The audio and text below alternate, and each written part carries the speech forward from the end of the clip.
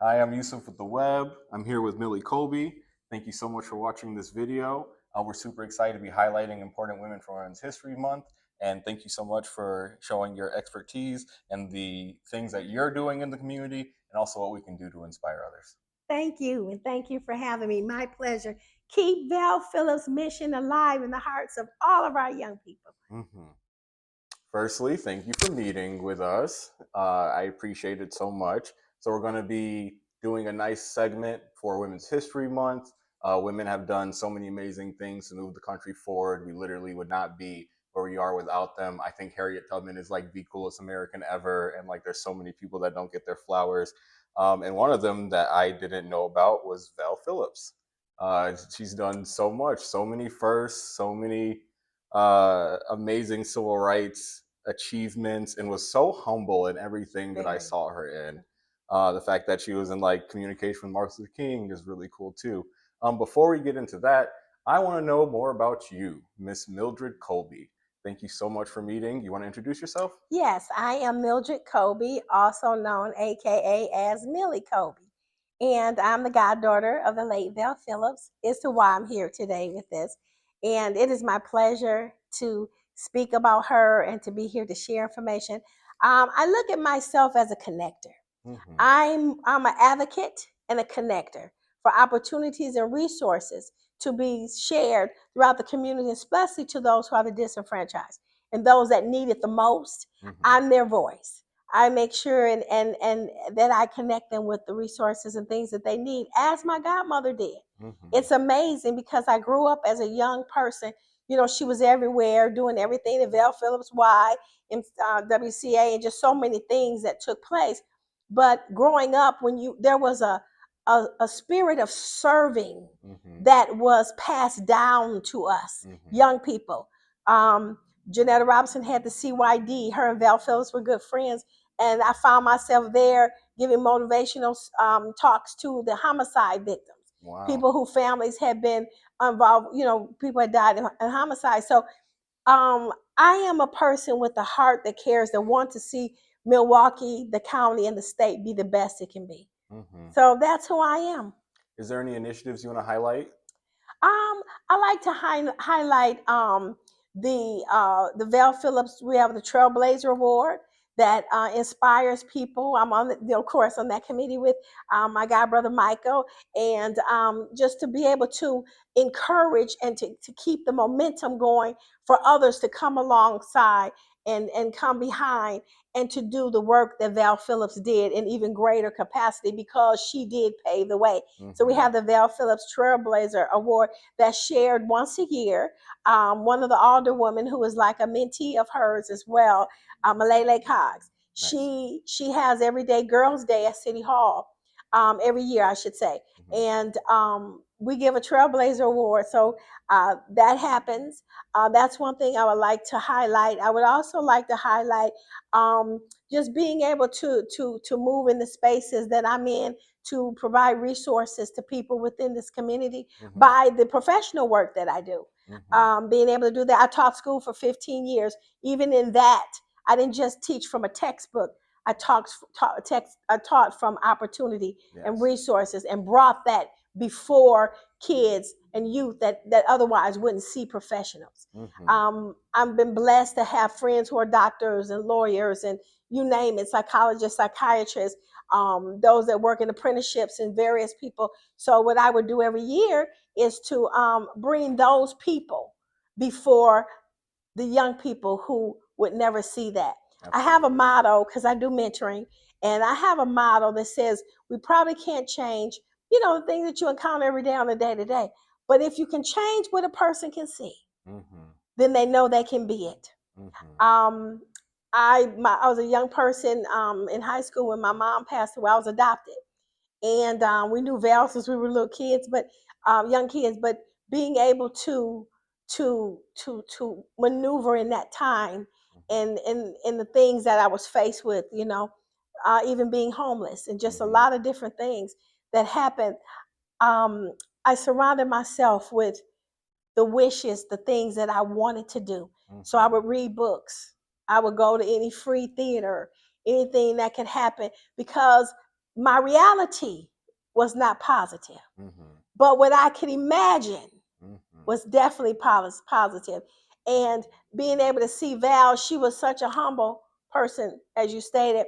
She was so humble that she didn't look at it as, oh, I'm the great. She Mm-hmm. looked at it as, boy, look at all the work that needs to be done, and I got to be the one to try to get it done. Mm-hmm. So that's the spirit by which I've adopted as well. Heck yeah. I love that you said that you're a connector because I really do feel like, especially, I just turned 30 last month. So doing this work and amongst younger people, I see a tendency to get siloed very often. Yeah. And when you look at the, struggles during the civil rights movements, when you look at Milwaukee's liberal organizing and leftist organizing and progressive organizing, one of the consistent themes that you see are such strong community links. Like when people were boycotting things, we had so many like mom and pop shops to lean on, and just like all these different really beautiful connections.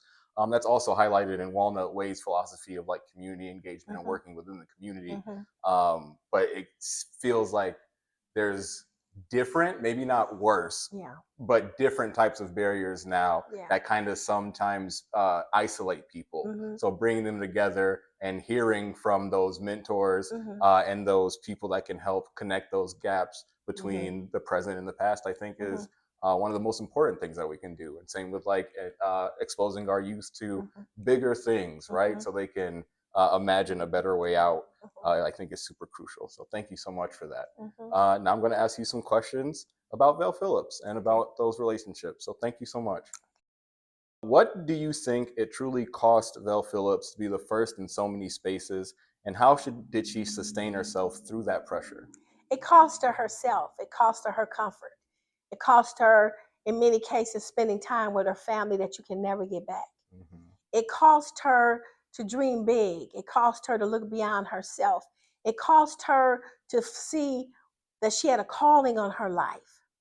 There was a saying once that Benazir Bhutto said, the Prime Minister of Pakistan years ago. She said something that I read that was so powerful to me. She said, I didn't choose this life chose me. Val knew that she had a calling on her life to change the paradigm of what was happening. It cost her a lot. Things were happening, especially for fair housing and all the things she was doing, but she had to even send her two boys to go stay with their grandmother in another state because the threats that was coming to her, because of the marches that she had to do. Her and Father Grappi and the other people that marched and stuff and everything, Black Panthers and so many. It was just so much of that. So that puts you in another mindset. She came up in a time where you think of post-slavery and things that happened. So she knew that she had to do what the mandate on her life dictated. And I think that's something that we don't think about because we think, oh, it's somebody else's problem. So that's how we can do the silos and don't really push as much. But when we realize that it's all of our problems, it's all of our situations, the barriers were there before. But we had people that would galvanize together and fight for and fight legally for what was needed to happen to change a situation. It's not just enough for it to happen to be what I would like to see happen, but what is best for the community by which I'm serving, what is best for the individuals, what is best for the population by what I'm serving. So it cost her a lot of that. It cost her a lot of being ridiculed. It cost her being judged, And the sad thing is sometimes it's the people in your own camp that you're trying to help that misjudge you. People think, oh, who she thinks she is, or she didn't think she was anybody of fame. She thought she was somebody that was needed to make a difference. Absolutely. Thank you. Often when I have talks with my peers about, how amazing it is to live in a time where we've had that. I was super lucky to know my great grandmother until she passed away when I was like 11 or 12. And her grandma was a slave.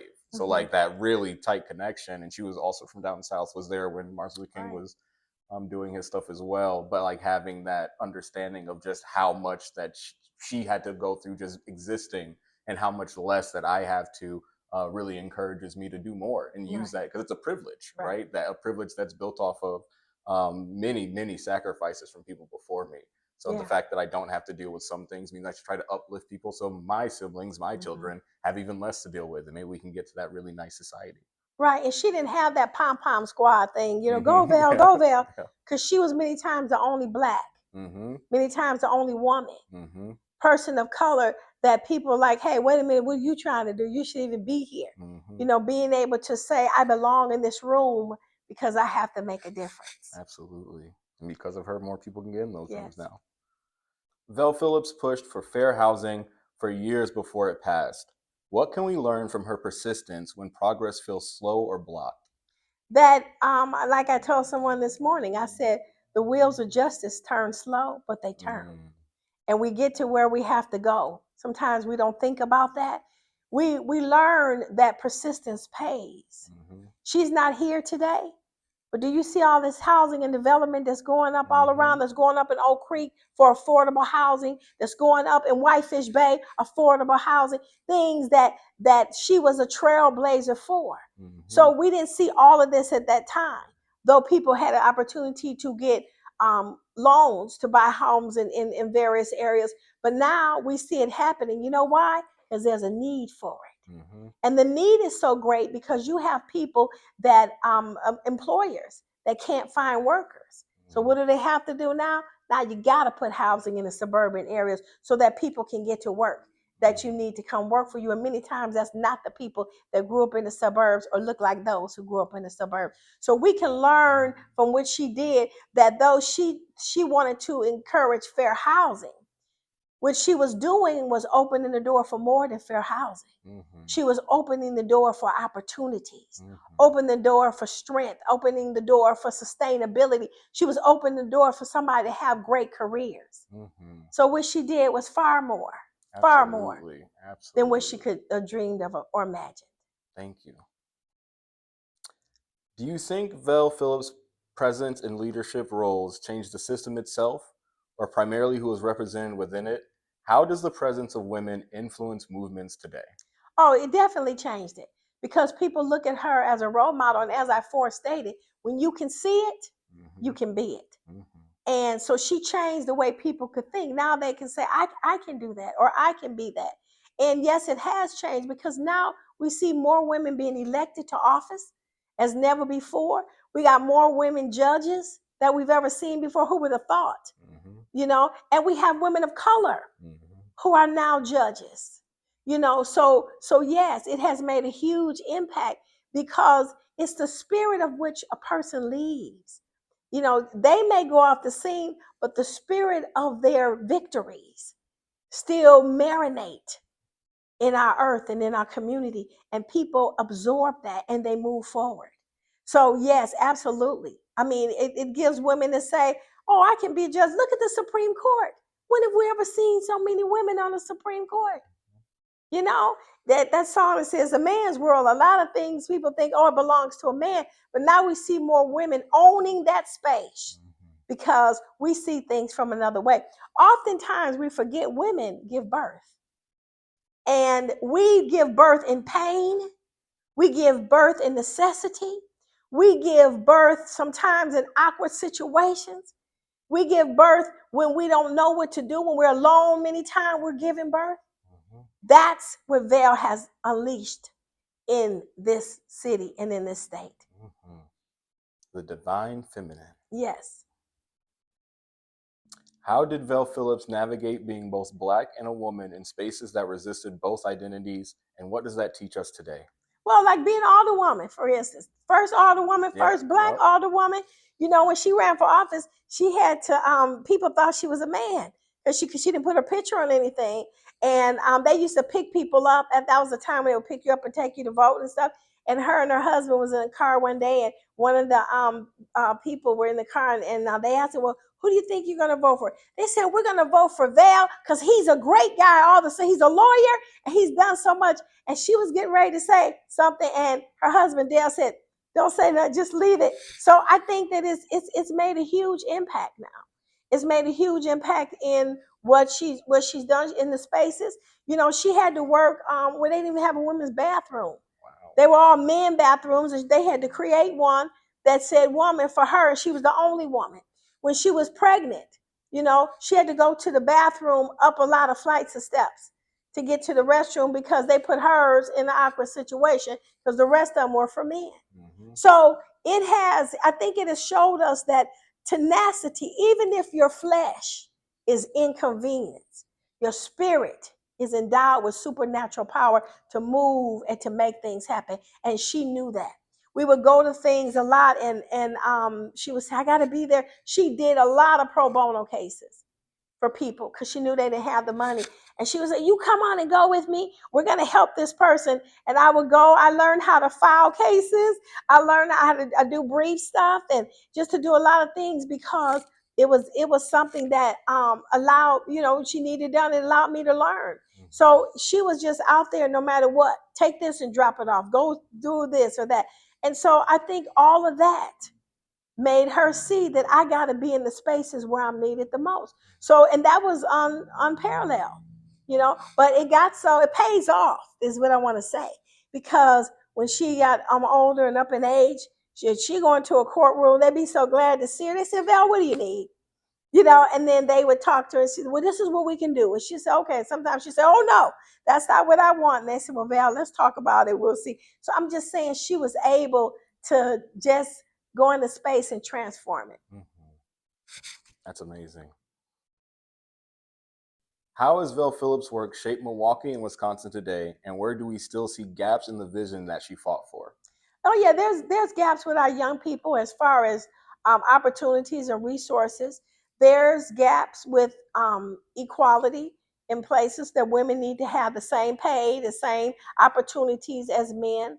But when you look at the juvenile justice facility that's named after her on Watertown Plank Road, that's something that was her vision. Happened to be blessed to be there. My son did a speech by Langston Hughes, and she wanted it. She said, I want my god grandson to do a speech. So he did, and just to see that being named after her because she wanted to make a difference with young people, seeing that she made a difference with, employment. So many people she encouraged to get good jobs and have opportunities that otherwise would not have even done it.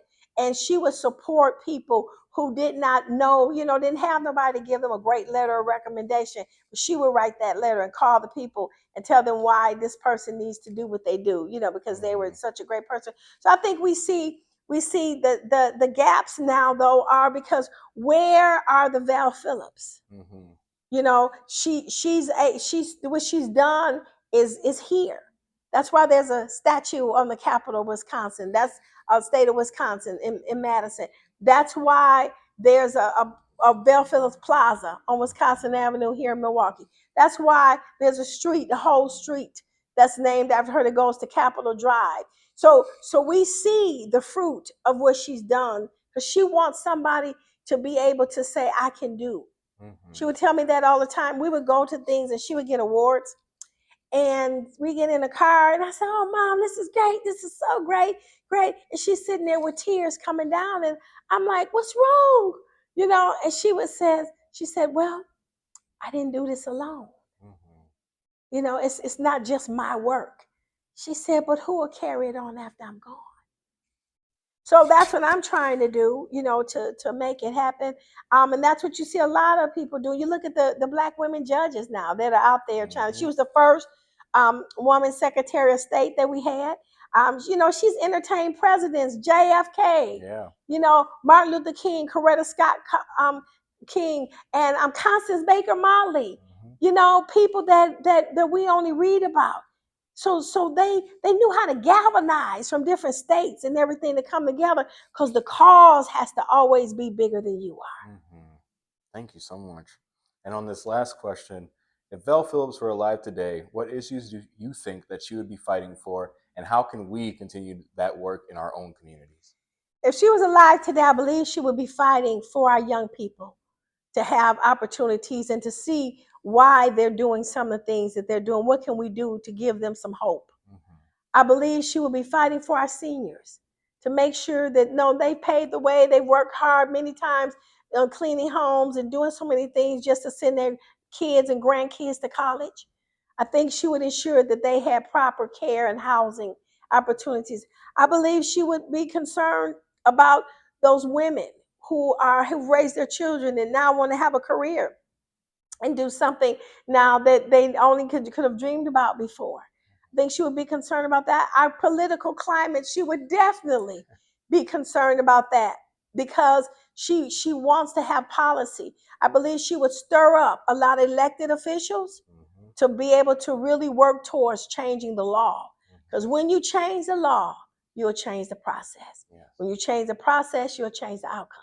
So I believe she would fight for those things. Of course, even now to be able to, even though we see some of our elected officials now moving towards making sure there's fair housing, making sure there's affordable housing, making sure that there's resources like that. But I know she would work on the wage thing to make sure she would tell those lawyers and elected officials, you guys work on the wage stuff, make sure that people have that.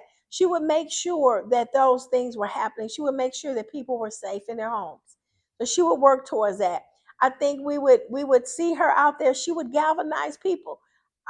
She with her age, she wouldn't have been able to just go door to door doing everything, but she would have called people together to say, this is what we need to do. And in the spirit of that, that is the movement that we should be uplifting, right? Yeah. You just talked about the privilege of being younger and being able to walk around. And one of the strongest things that my mother ever taught me is you have, your arms and your legs and you can breathe, and you should be out doing something. Yeah. You should be out helping. Yeah. And we have to realize it's bigger than us. I think and we all get tired, we're human, we need a rest. But because we look at it as a thing to establish who we are, instead of a thing to establish what the precedent needs to be for people. And that's what she did. And when you do that, you just keep doing the work, and you do it with passion. You call whoever you have to call to make it happen. You move on things to see what needs to happen, and you make it happen. I'm convinced that I'm going to keep moving forward. I look at my son and I see all the things he's doing now to try to, help people, going door to door and telling people, come to church, or here we got a resource. His church is buying homes for single moms that can't afford it, and they're helping them have a nice place to live, to raise their kids. Those are just some of the things. But again, it's not one person. Yeah. We need all people together to make it happen. So I know some things will make her sad, because she never did it to make a name for herself, but she did it to help people. And I think that's what she would want us to see. The movie that's titled Dream Big Dreams, that features her. She wanted people to dream big, not so that they can be big, but so that the impact could be big. So I think that's something we have to really consider. Yeah. That's an excellent line to end off on. Thank you again for your time. I appreciate you so much. Thank you. Thank you. Was it okay? Did I get everything? That was perfect. Oh, okay. Yep.